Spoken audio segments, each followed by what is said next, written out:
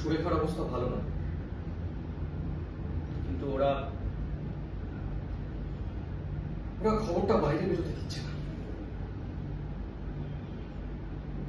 ও হ্যাঁ, আর কাল রাতে দুলাল পুকুরের পাশে জয়দিঘিতেও ওরা আরো একটা বাড়িতে ঢুকে মা মেয়ে সবাইকে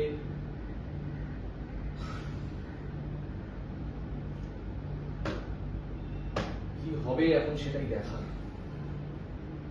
না আমি জানি যে এখানে উপস্থিত অনেকেরই হয়তো ইচ্ছে করছে শাবল তুলে নিয়ে গিয়ে ওদের মাথাগুলো গুঁড়িয়ে দিতে, জাস্ট গুঁড়িয়ে দিতে, কিন্তু কি লাভ তাতে?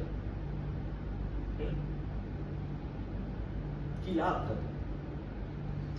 একবার যদি আমরা হাতে তুলে নিই শাবল, তাহলে আর কোনো দিন নামাতে পারবো। চোখের বদলে চোখ উপরে নিতে শুরু করলে তো একদিন গোটা দেশটা অন্ধ হয়ে যাবে, তাই না? আমাদের অন্য রাস্তায় হাঁটতে হবে, আস্তে আস্তে আস্তে আস্তে। আচ্ছা ঠিক আছে আস্তে আস্তে আস্তে আস্তে আস্তে। হ্যাঁ আমি জানি এর একটা সঠিক প্রতিবাদের দরকার, কিন্তু প্রতিবাদের তো অনেক রকম ভাষা হয়, তাই না? এক, ভায়োলেন্স, যাতে পশুরা বিশ্বাস করে, আর দুই, নন ভায়োলেন্স, অহিংসার পথে সত্যকে তুলে ধরা যাতে মানুষ বিশ্বাস করে। ভেঙে গুড়িয়ে তো সবাই প্রতিবাদ করতে পারে, আমরা করবো কেন? আমরা ওদের চোখের সামনে দাঁড়িয়ে, ওদের হাতিয়ারের সামনে দাঁড়িয়ে, ওদের চোখে চোখ রেখে প্রতিবাদ করব, কিন্তু তার জন্য চাই আমাদের একটা মঞ্চ, যেটা তৈরি করবো আমরা নিজেরাই।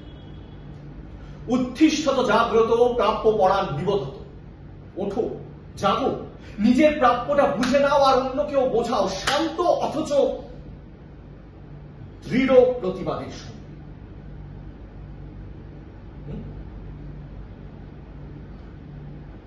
না দুর্গা, না, এটা চোখের জল ফেলার সময় নয়, এটা সময় ওই জলটাকে আগুনে পরিণত করা।